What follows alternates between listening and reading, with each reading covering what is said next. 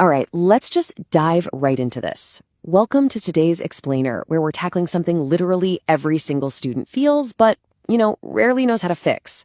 I'm talking about the absolute chaos of modern education. If you've been feeling overwhelmed lately, trust me, you are not alone. There's this massive article circulating right now from the Money Mitra Network, and it details 30 different free study tools that claim to boost your productivity in 2026. But let's be real for a second. Handing a stressed out student a list of 30 tools kind of just adds to the exact problem they're trying to solve. When you're faced with 30 options, you hit this paradox of choice. Your brain just completely shuts down, and suddenly you're spending 3 hours researching productivity setups instead of actually studying for your midterm. It basically becomes a form of high-tech procrastination. So in this explainer, we're going to act as your ultimate survival guide. We're going to distill that massive list down, cut right through the noise, and turn all of that theoretical advice into actionable control you can use today. The source material actually hits the nail right on the head with this opening quote. Modern students face more challenges than ever before. I mean, think about your day-to-day experience in 2026. It is a completely different landscape than it was even 5 years ago.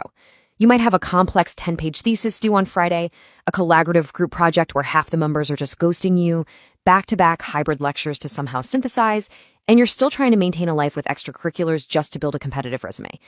Phew. It's honestly just incredibly validating to acknowledge that, the system right now is heavy. The cognitive demand is literally overwhelming.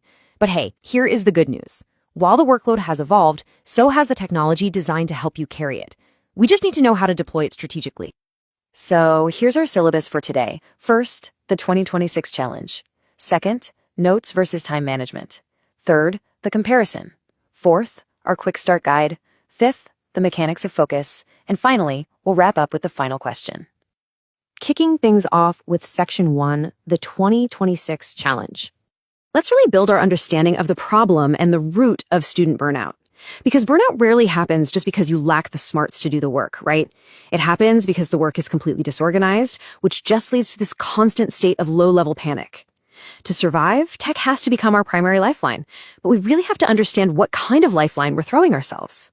It basically comes down to a contrast between two core pillars of survival. On the left side, we have organizing information. That's managing what you need to learn using note-taking apps. Think of this like gathering all the pieces of a giant puzzle. Then on the right, we have organizing focus. That's managing the time you actually have to learn that information through time management platforms.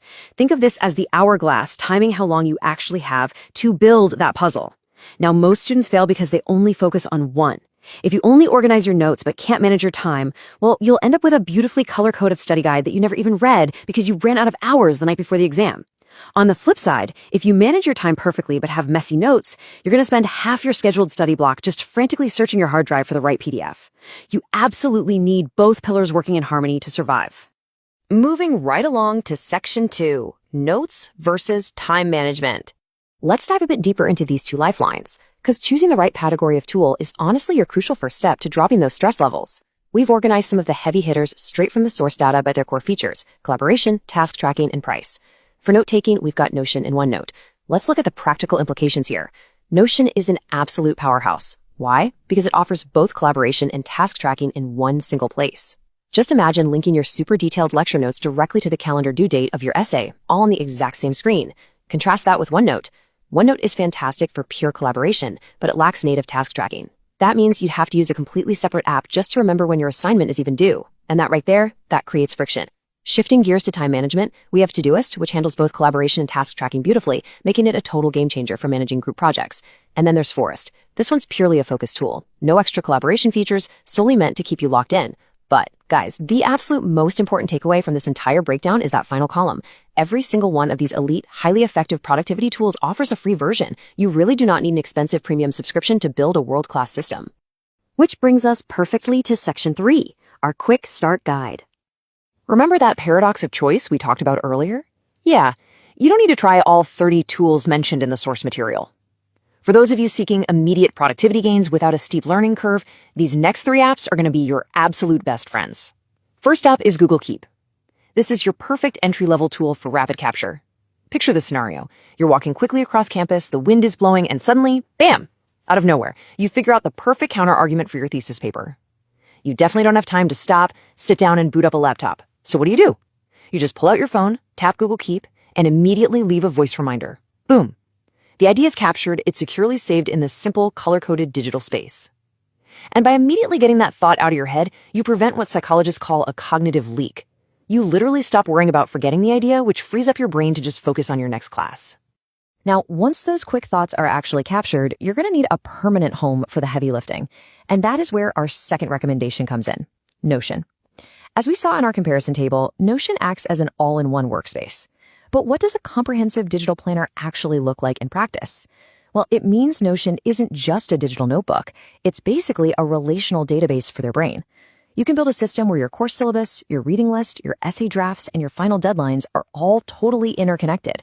By centralizing the whole shebang, you drastically reduce your cognitive load. Your brain no longer has to burn precious energy trying to remember where a file is or when an assignment is due. The system remembers it for you. This lets you dedicate 100% of your mental energy to actually understanding the material. Trust me, the organizational payoff here is just astronomical. All right, our third top tool for beginners tackles the time management side of the equation, and that is Forest.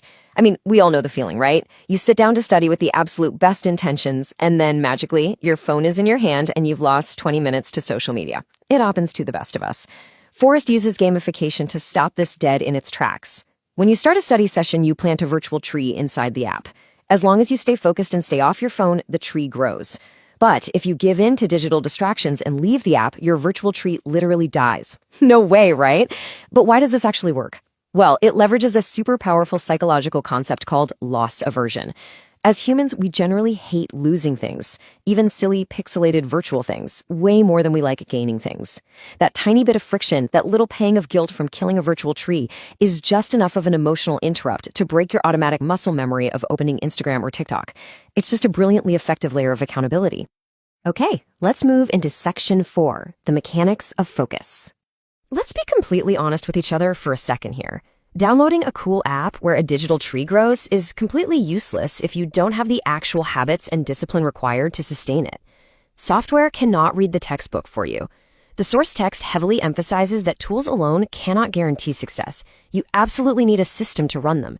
And the secret engine that powers tools like Forest or PomoFocus, that's the Pomodoro technique.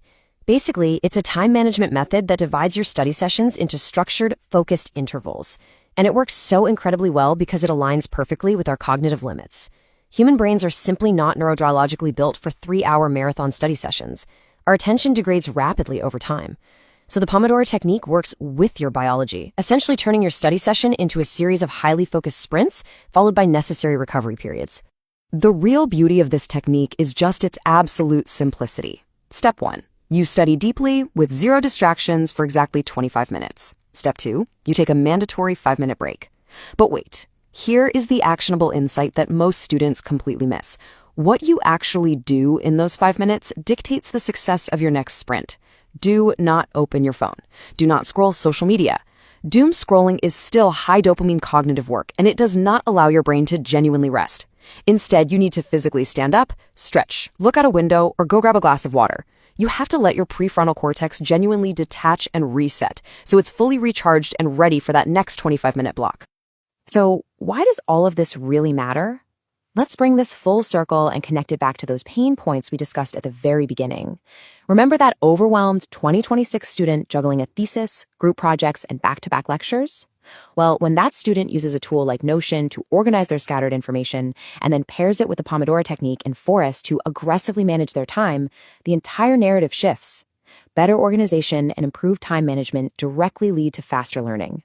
Because you're learning efficiently and you know exactly what needs to be done, that heavy, suffocating stress we talked about earlier, it actually begins to vanish. And all of those factors combined inevitably result in significantly higher academic performance.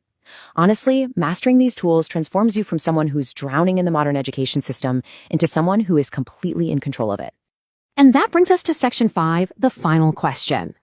It's time to bridge the gap between digital software and your own personal responsibility. Ask yourself this.